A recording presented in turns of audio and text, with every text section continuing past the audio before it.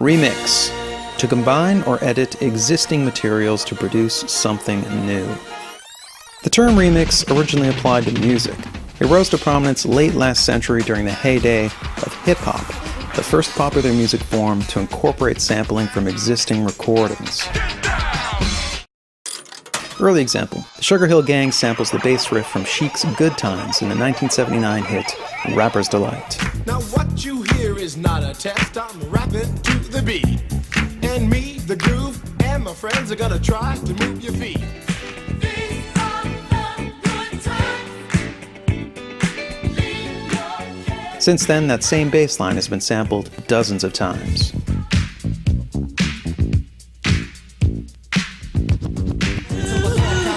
Scene, pulling up with Jodeci, blasting up a 15. I got the good life, no stripe, real nice. And I'm a papa, my son Trey. Eu sou velho caderninho de telefone, com o nome e o número de monte de mulher. E ele vai ligar. Skip ahead to the present and anybody can remix anything, music, video, photos, whatever, and distribute it globally pretty much instantly. You don't need expensive tools, you don't need a distributor, you don't even need skills. Remixing is a folk art, anybody can do it. Yet these techniques, collecting material, combining it, transforming it, are the same ones used at any level of creation. You could even say that everything is a remix. To explain, let's start in England in 1968.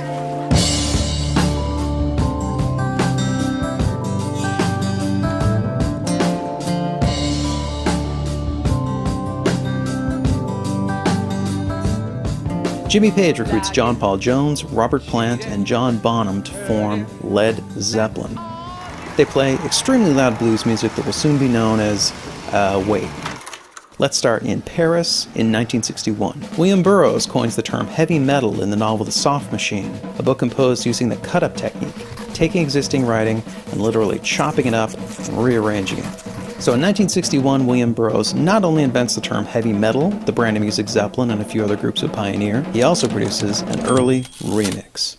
Back to Zeppelin. By the mid-1970s, Led Zeppelin are the biggest touring rock band in America, yet many critics and peers label them as rip-offs. The case goes like this. The opening and closing sections of Bringin' On Home are lifted from a tune by Willie Dixon entitled, not coincidentally, Bringin' On Home. Got that load. I done bought my ticket. I got my load.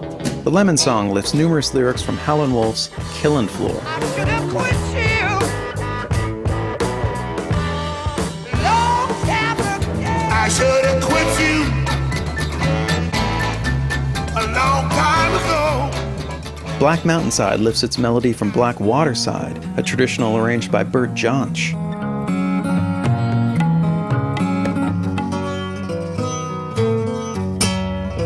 Dazed and Confused features different lyrics but is clearly an uncredited cover of the same titled song by Jake Holmes. Oddly enough, Holmes filed suit over 40 years later in 2010. Been dazed and confused for so long, it's not true. I'm dazed and confused, hanging on by a thread.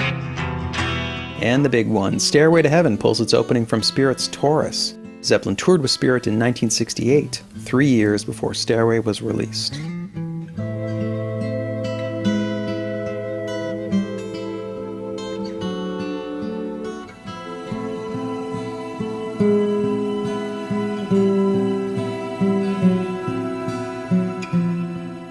Zeppelin clearly copied a lot of other people's material. But that alone isn't unusual. Only two things distinguish Zeppelin from their peers.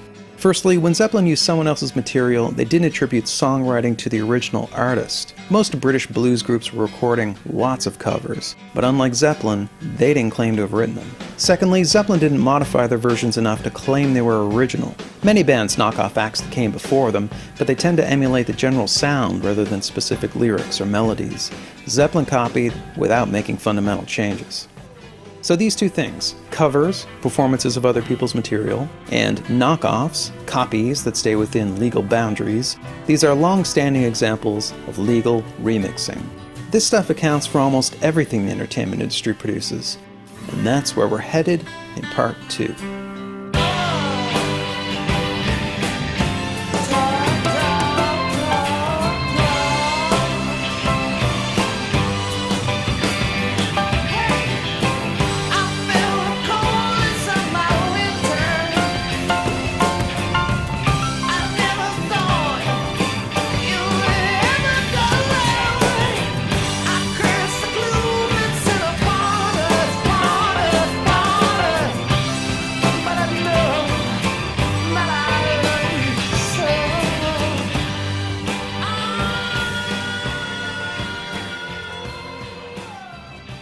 Wait, one last thing. In the wake of their enormous success, Led Zeppelin went from the copier to the copied. First in the 70s with groups like Aerosmith and Heart and Boston, then during the 80s heavy metal craze, and on into the era of sampling. Here's the beats from When the Levee Breaks, getting sampled and remixed.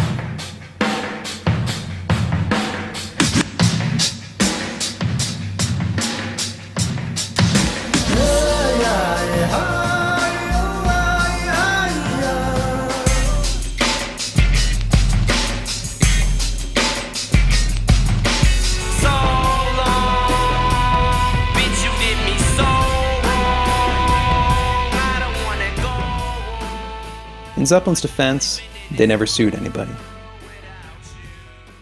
I said hip hop, I hip it to the hip hip hop. You don't stop the rock to the bang bang boogie. Say up jump the boogie to the rhythm of the boogie the beat.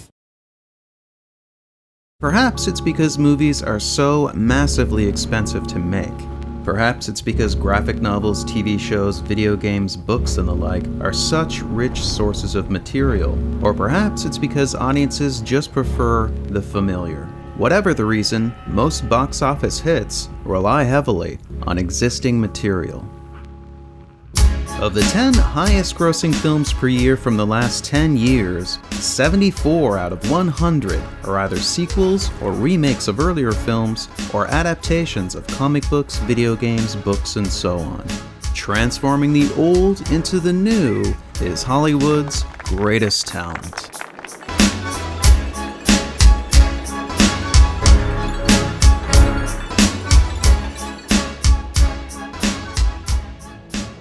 At this point, we've got 3 sequels to a film adapted from a theme park attraction. We've got a movie musical based on a musical which was based on a movie. We've got 2 sequels to a film that was adapted from an animated TV show based on a line of toys. We've got a movie based on 2 books, one of which was based on a blog, which was inspired by the other book that was adapted into the film. Julie and Julia. Do you follow? We've got 11 Star Trek films, 12 Friday the 13th, and 23 James Bonds. We've got stories that have been told, retold, transformed, referenced, and subverted since the dawn of cinema. We've seen vampires morph from hideous monsters to caped bedroom invaders, to campy jokes, to sexy hunks, to sexier hunks. Of the few box office hits that aren't sequels, remakes, or adaptations, the word original wouldn't spring to mind to describe them. These are genre movies, and they stick to pretty standard templates. Genres then break up into subgenres with their own, even more specific conventions. So within the category of horror films, we have subgenres like slasher, zombie, creature feature, and of course, torture porn. All have standard elements that are appropriated, transformed, and subverted. Let's use the biggest film of the decade as an example. Now, it's not a sequel, remake, or adaptation, but it is a genre film, sci-fi, and most tellingly, it's a member of a tiny subgenre where sympathetic white people feel bad about all the murder, pillaging, and annihilation being done on their behalf. I call this subgenre Sorry About Colonialism. I'm talking about movies like Dances with Wolves, The Last Samurai, The Last of the Mohicans, Dune, Lawrence of Arabia, A Man Called Horse, and even Ferngully and Pocahontas. Films are built on other films, as well as on books, TV shows, actual events, plays, whatever. This applies to everything from the lowliest genre film right on up to revered indie fare. And it even applies to massively influential blockbusters, the kinds of films that reshape pop culture. Which brings us to... Even now, Star Wars endures as a work of impressive imagination, but many of its individual components are as recognizable as the samples in a remix. The foundation for Star Wars comes from Joseph Campbell. He popularized the structures of myth in his book, The Hero with a Thousand Faces. Star Wars follows the outline of the monomyth, which consists of stages like the Call to Adventure, Supernatural Aid, the Belly of the Whale, the Road of Trials, the Meeting with the Goddess, and a bunch more. Also huge influences were the Flash Gordon serials from the 30s and Japanese director Akira Kurosawa. Star Wars plays much like an updated version of Flash Gordon, right down to the soft wipes and the opening titles design.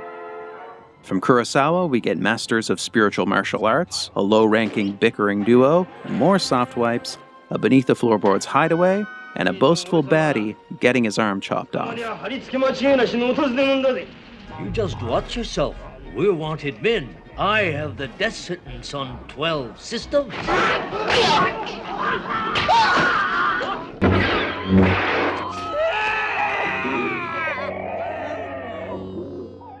War films and westerns were also huge sources for Star Wars. The scene where Luke discovers his slaughtered family resembles this scene from The Searchers.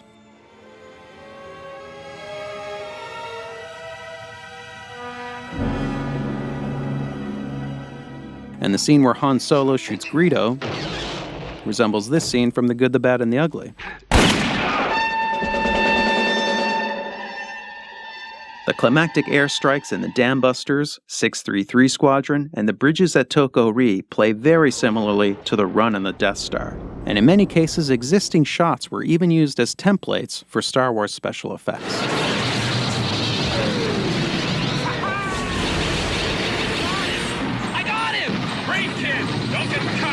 There's also many other elements clearly derived from various films. We have a tin man like the Tin Woman in Metropolis, a couple shots inspired by 2001, a grab the girl and swing scene like this one in The Seventh Voyage of Sinbad, a holographic projection kind of like the one in Forbidden Planet, a rally resembling this one in Triumph of the Will, and cute little robots much like those in Silent Running. George Lucas collected materials, he combined them, he transformed them. Without the films that preceded it, there could be no Star Wars. Creation requires influence. Everything we make is a remix of existing creations, our lives, and the lives of others. As Isaac Newton once said, we stand on the shoulders of giants, which is what he was doing when he adapted that saying from Bernard de Chartres. In Part 3, we'll further explore this idea and chart the blurry boundary between the original and the unoriginal.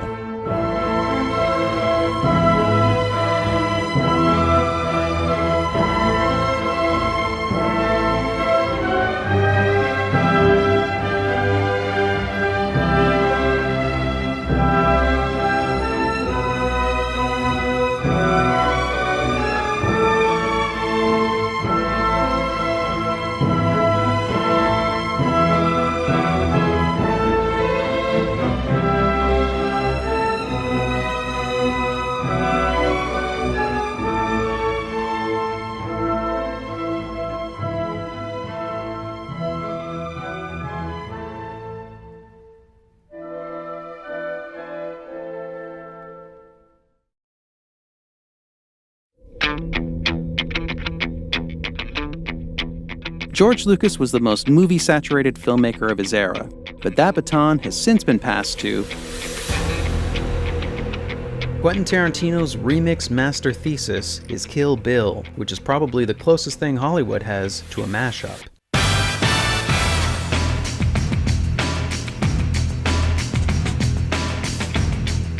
Packed with elements pulled from countless films, Kill Bill raises filmic sampling to new heights of sophistication.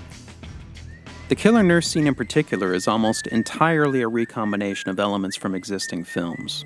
The basic action is the same as this scene from Black Sunday, where a woman disguised as a nurse attempts to murder a patient with a syringe of red fluid. Daryl Hannah's eye patch is a nod to the lead character in They Call Her One Eye, and the tune she's whistling is taken from the 1968 thriller Twisted Nerve. No, hold inside. Hold tight.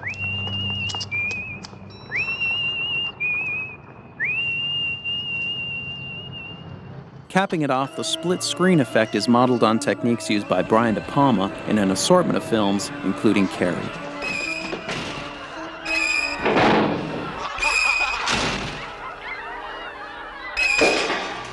For an extended look at Kill Bill's references, check this out.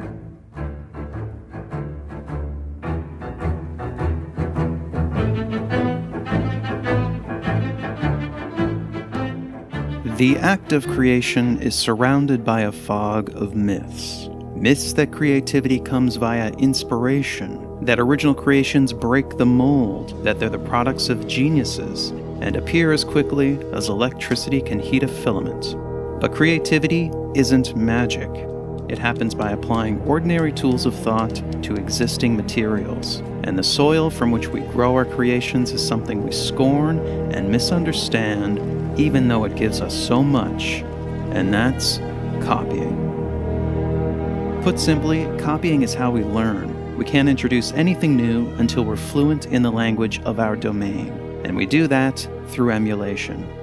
For instance, all artists spend their formative years producing derivative work. Bob Dylan's first album contained 11 cover songs. Richard Pryor began his stand-up career doing a not very good imitation of Bill Cosby. And Hunter S. Thompson retyped The Great Gatsby just to get the feel of writing a great novel. Nobody starts out original. We need copying to build a foundation of knowledge and understanding. And after that, things can get interesting.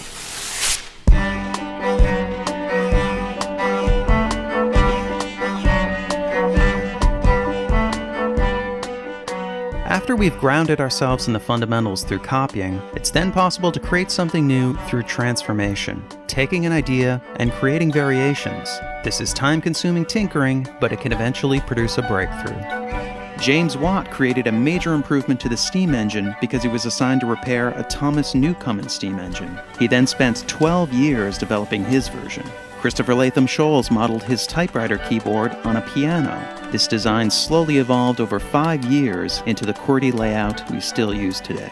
And Thomas Edison didn't invent the light bulb. His first patent was improvement in electric lamps, but he did produce the first commercially viable one after trying 6,000 different materials for the filament.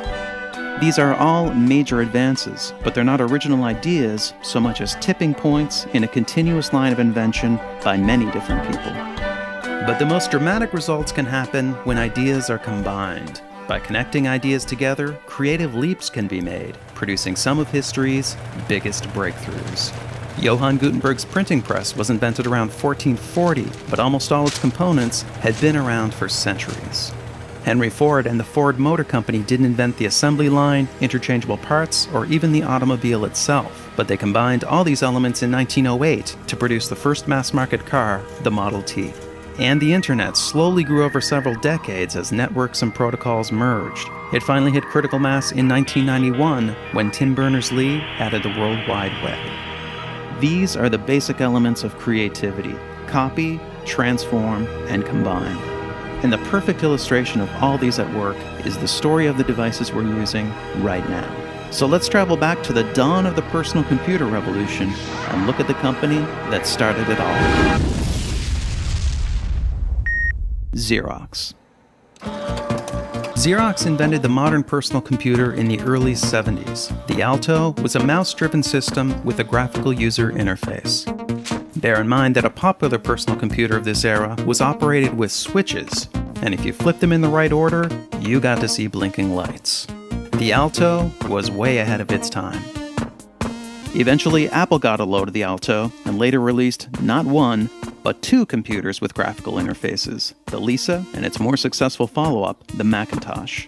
The Alto was never a commercial product, but Xerox did release a system based on it in 1981, the Star 8010. 2 years before the Lisa, 3 years before the Mac. It was the Star and the Alto that served as the foundation for the Macintosh. The Xerox Star used a desktop metaphor with icons for documents and folders. It had a pointer, scroll bars, and pop-up menus. These were huge innovations, and the Mac copied every one of them. But it was the first combination it incorporated that set the Mac on a path towards long-term success. Apple aimed to merge the computer with the household appliance. The Mac was to be a simple device, like a TV or a stereo. This was unlike the Star, which was intended for professional use, and vastly different from the cumbersome command-based systems that dominated the era. The Mac was for the home, and this produced a cascade of transformations. Firstly, Apple removed one of the buttons on the mouse to make its novel pointing device less confusing. Then they added the double click for opening files. The Star used a separate key to open files. The Mac also let you drag icons around and move and resize windows. The Star didn't have drag and drop. You moved and copied files by selecting an icon, pressing a key, then clicking a location. And you resized windows with a menu. The Star and the Alto both featured pop-up menus, but because the location of these would move around the screen, the user had to continually reorient. The Mac introduced the menu bar, which stayed in the same place no matter what you were doing. And the Mac added the trash can to make deleting files more intuitive and less nerve-wracking. And lastly, through compromise and clever engineering, Apple managed to pare the Mac's price down to $2,500. Still pretty expensive, but much cheaper than the $10,000 Lisa or the $17,000 Star. But what started it all was the graphical interface merged with the idea of the computer as household appliance. The Mac is a demonstration of the explosive potential of combinations. The Star and the Alto, on the other hand, are the products of years of elite research and development. They're a testament to the slow power of transformation. But of course, they too contain the work of others. The Alto and the Star are evolutionary branches that lead back to the NLS system, which introduced Windows and the mouse, to Sketchpad, the first interactive drawing application, and even back to the Memex, a concept resembling the modern PC decades before it was possible. The interdependence of our creativity has been obscured by powerful cultural ideas, but technology is now exposing this connectedness. We're struggling legally, ethically, and artistically to deal with these implications, and that's our final episode, Part 4.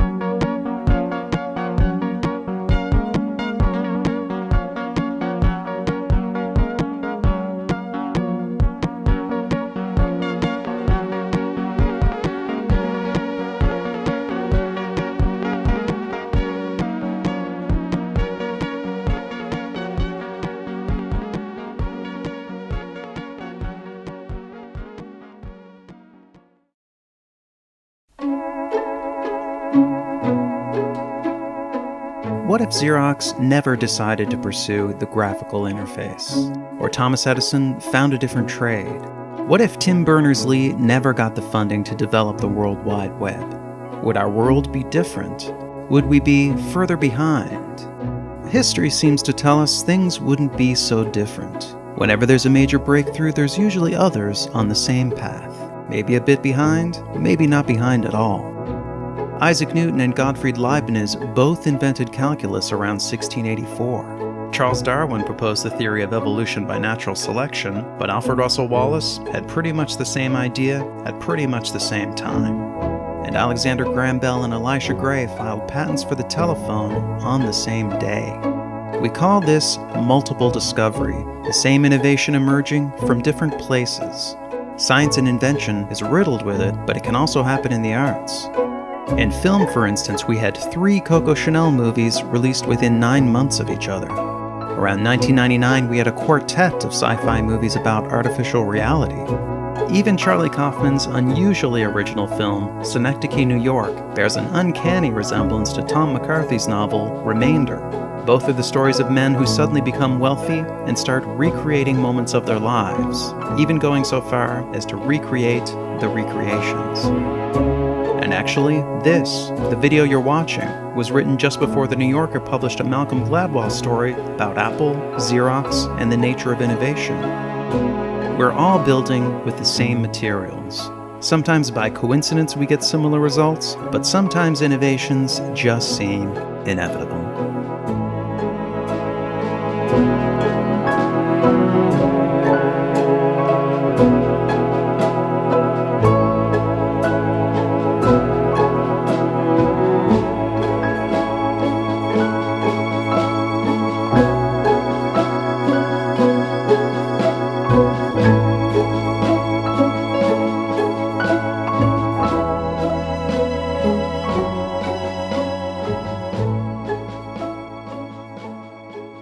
Thanks to iStock Photo for contributing footage to this episode. Check them out at iStockPhoto.com.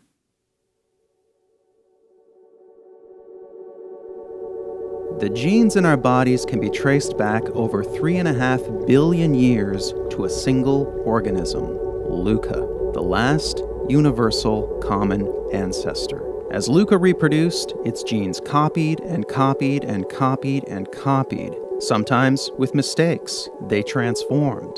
Over time, this produced every one of the billions of species of life on Earth. Some of these adopted sexual reproduction, combining the genes of individuals, and altogether, the best adapted life forms prospered. This is evolution. Copy, transform, and combine. And culture evolves in a similar way, but the elements aren't genes, they're memes, ideas, behaviors, skills. Memes are copied, transformed, and combined. And the dominant ideas of our time are the memes that spread the most. This is social evolution. Copy, transform, and combine. It's who we are, it's how we live, and of course, it's how we create. Our new ideas evolve from the old ones.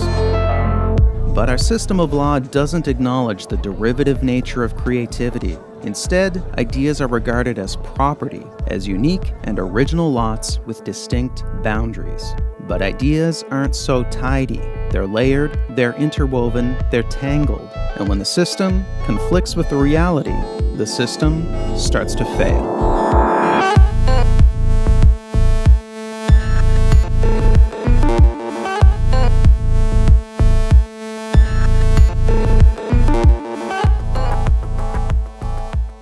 For almost our entire history, ideas were free. The works of Shakespeare, Gutenberg, and Rembrandt could be openly copied and built upon. But the growing dominance of the market economy, where the products of our intellectual labors are bought and sold, produced an unfortunate side effect. Let's say a guy invents a better light bulb. His price needs to cover not just the manufacturing cost, but also the cost of inventing the thing in the first place. Now let's say a competitor starts manufacturing a competing copy. The competitor doesn't need to cover those development costs, so his version can be cheaper. The bottom line, original creations can't compete with the price of copies.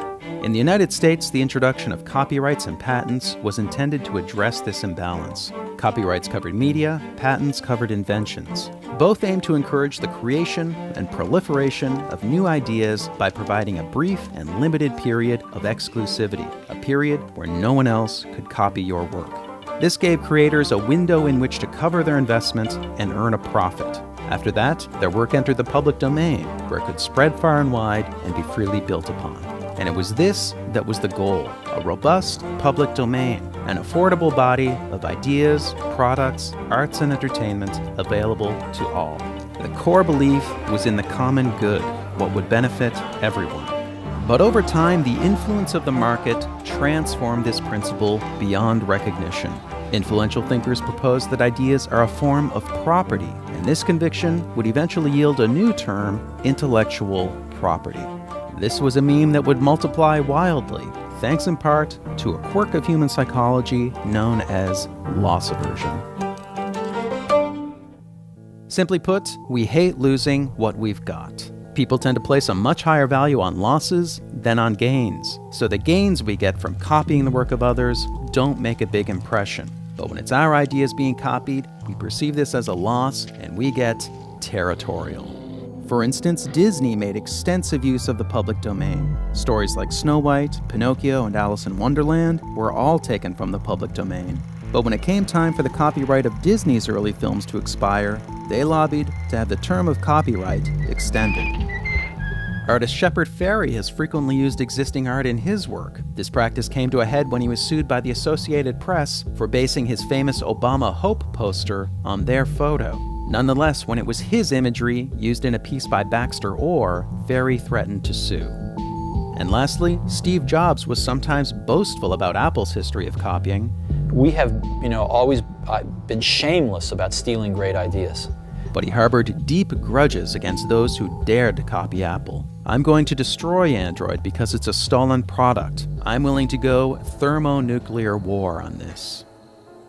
When we copy, we justify it. When others copy, we vilify it. Most of us have no problem with copying, as long as we're the ones doing it. So with a blind eye toward our own mimicry and propelled by faith in markets and ownership, intellectual property swelled beyond its original scope, with broader interpretations of existing laws, new legislation, new realms of coverage, and alluring rewards. In 1981, George Harrison lost a $1.5 million case for subconsciously copying the doo-wop hit He's So Fine in his ballad, My Sweet Lord.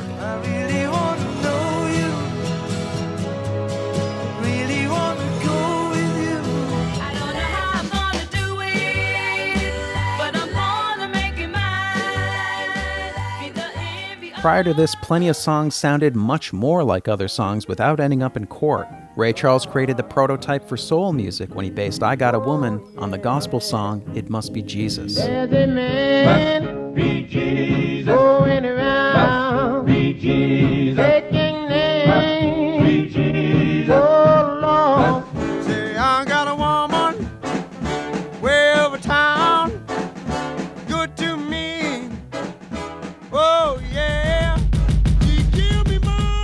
Starting in the late 90s, a series of new copyright laws and regulations began to be introduced, and many more are in the works. The most ambitious in scope are trade agreements. Because these are treaties and not laws, they can be negotiated in secret, with no public input and no congressional approval.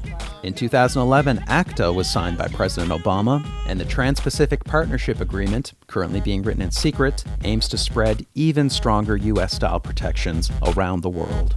Of course, when the United States itself was a developing economy, it refused to sign treaties and had no protection for foreign creators. Charles Dickens famously complained about America's bustling book piracy market, calling it a horrible thing that scoundrel booksellers should grow rich.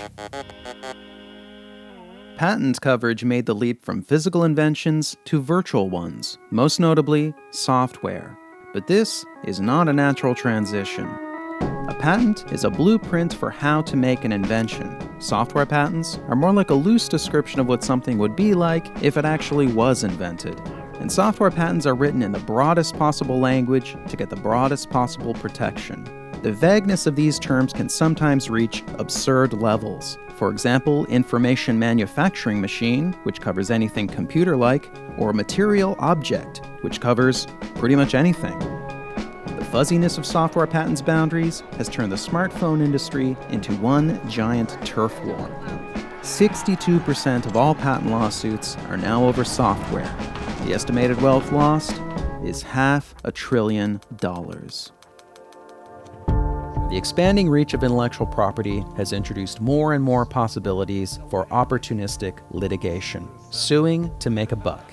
Two new species evolved whose entire business model is lawsuits: sample trolls and patent trolls. These are corporations that don't actually produce anything. They acquire a library of intellectual property rights, then litigate to earn profits. And because legal defense is hundreds of thousands of dollars in copyright cases and millions in patents, their targets are usually highly motivated to settle out of court. The most famous sample troll is Bridgeport Music, which has filed hundreds of lawsuits. In 2005, they scored an influential court decision over this 2-second sample. That's it. And not only was the sample short, it was virtually unrecognizable.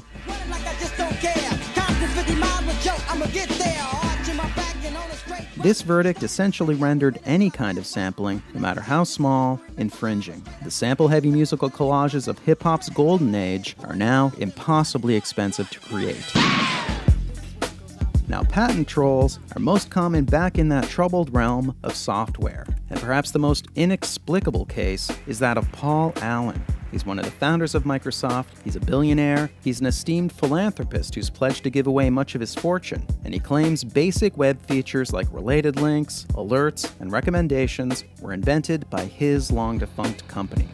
So the self-proclaimed idea man sued pretty much all of Silicon Valley in 2010, and he did this despite no lack of fame or fortune.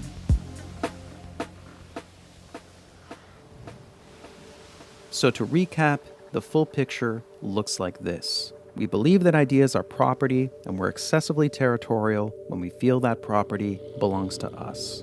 Our laws then indulge this bias with ever-broadening protections and massive rewards. Meanwhile, huge legal fees encourage defendants to pay up and settle out of court. It's a discouraging scenario, and it begs the question, what now?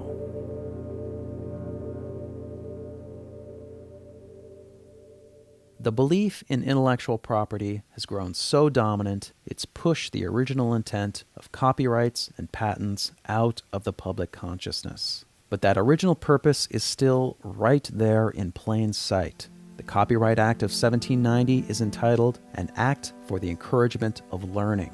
The Patent Act is to promote the progress of useful arts. The exclusive rights these acts introduced were a compromise for a greater purpose. The intent was to better the lives of everyone by incentivizing creativity and producing a rich public domain, a shared pool of knowledge open to all. But exclusive rights themselves came to be considered the point, so they were strengthened and expanded. And the result hasn't been more progress or more learning, it's been more squabbling and more abuse. We live in an age with daunting problems. We need the best ideas possible, we need them now, we need them to spread fast. The common good is a meme that was overwhelmed by intellectual property. It needs to spread again. If the meme prospers, our laws, our norms, our society, they all transform. That's social evolution, and it's not up to governments, or corporations, or lawyers. It's up to us.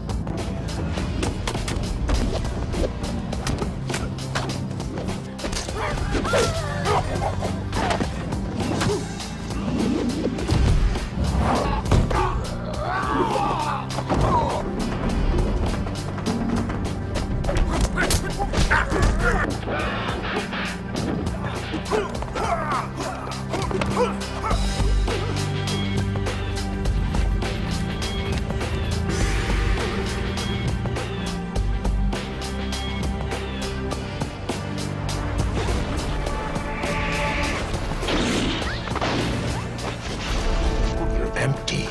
So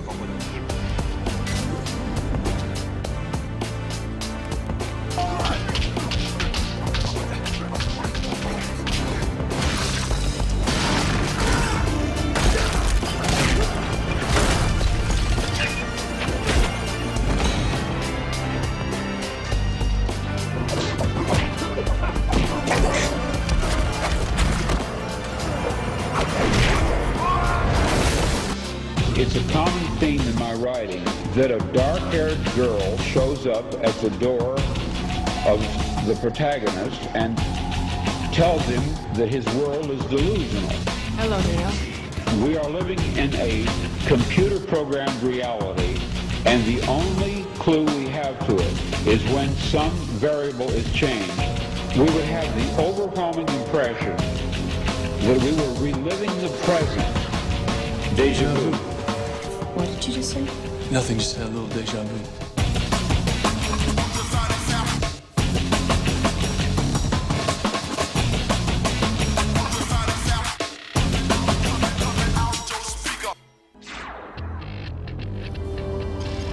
Jiu-jitsu. I'm going to learn jiu-jitsu.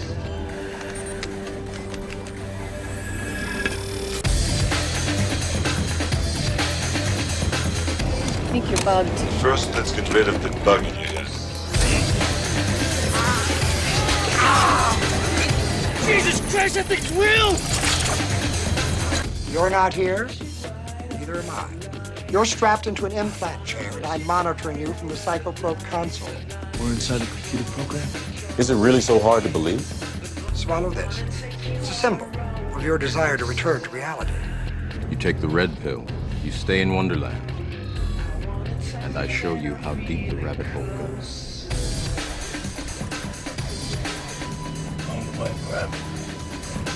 If you'd really like to know, he went that way. Who did? The white rat. He did?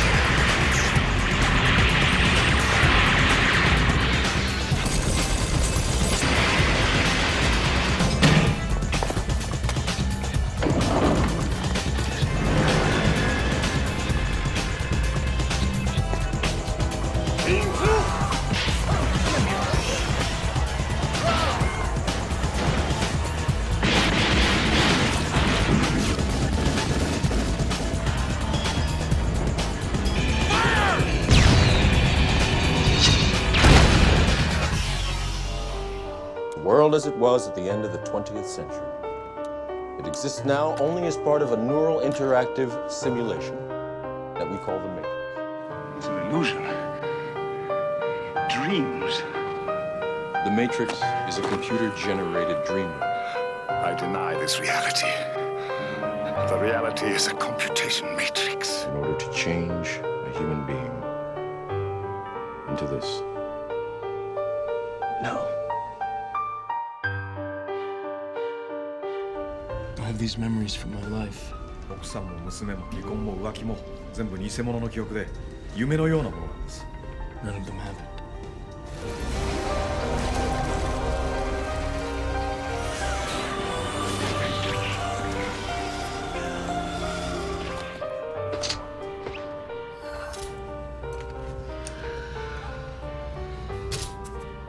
This will feel a little weird.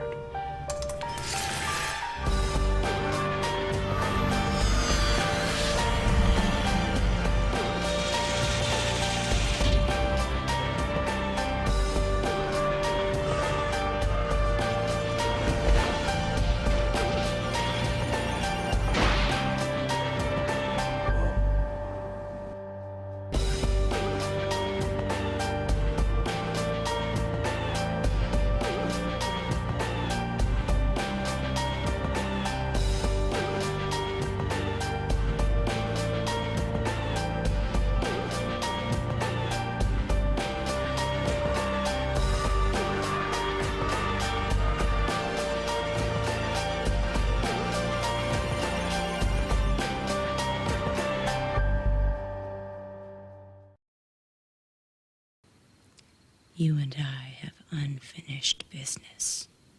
Baby, you ain't kidding.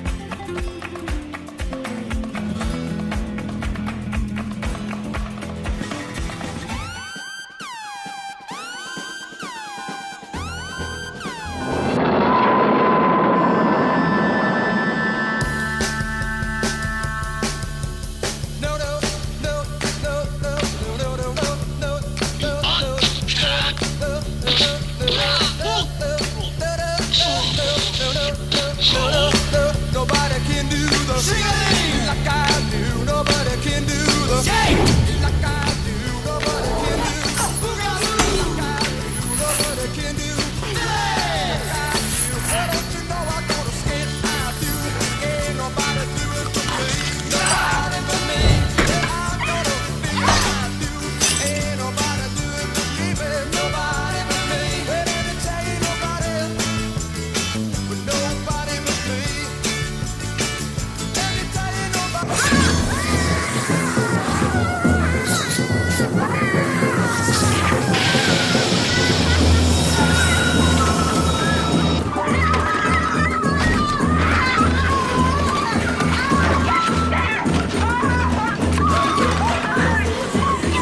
Around him!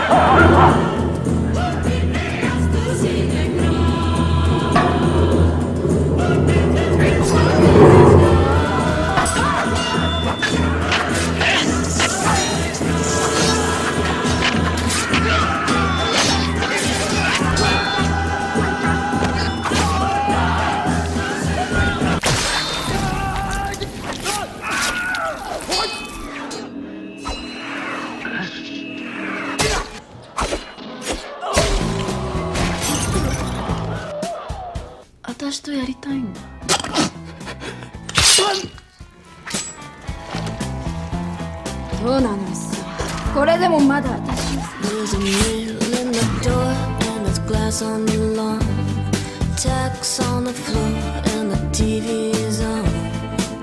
And I always sleep with my guns when you're gone. There's a blade by the bed. When I was little, my father was famous. He was the greatest samurai in the empire, and he was the shogun's decapitator.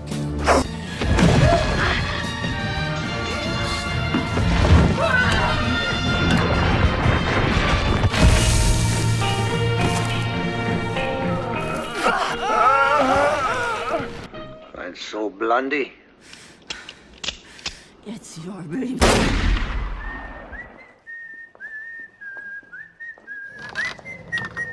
Here, got any change, mate? And the best of British luck to you, too.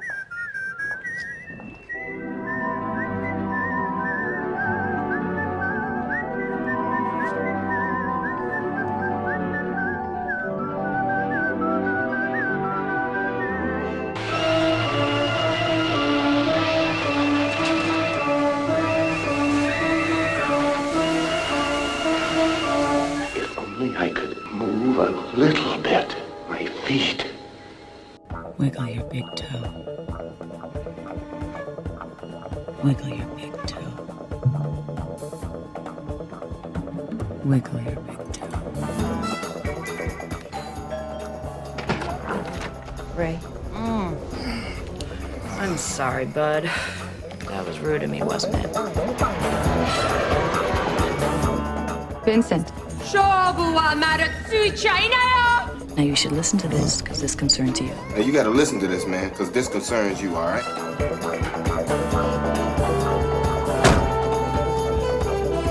Who's Brian? Don't be a...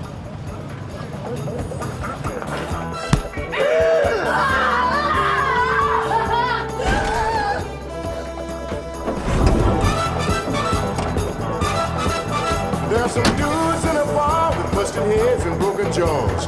One hit 'em. Chantana! There are some pimps in their graves who blew those pimps away. Chantana! There's a girl that's so fine with stars in her eyes.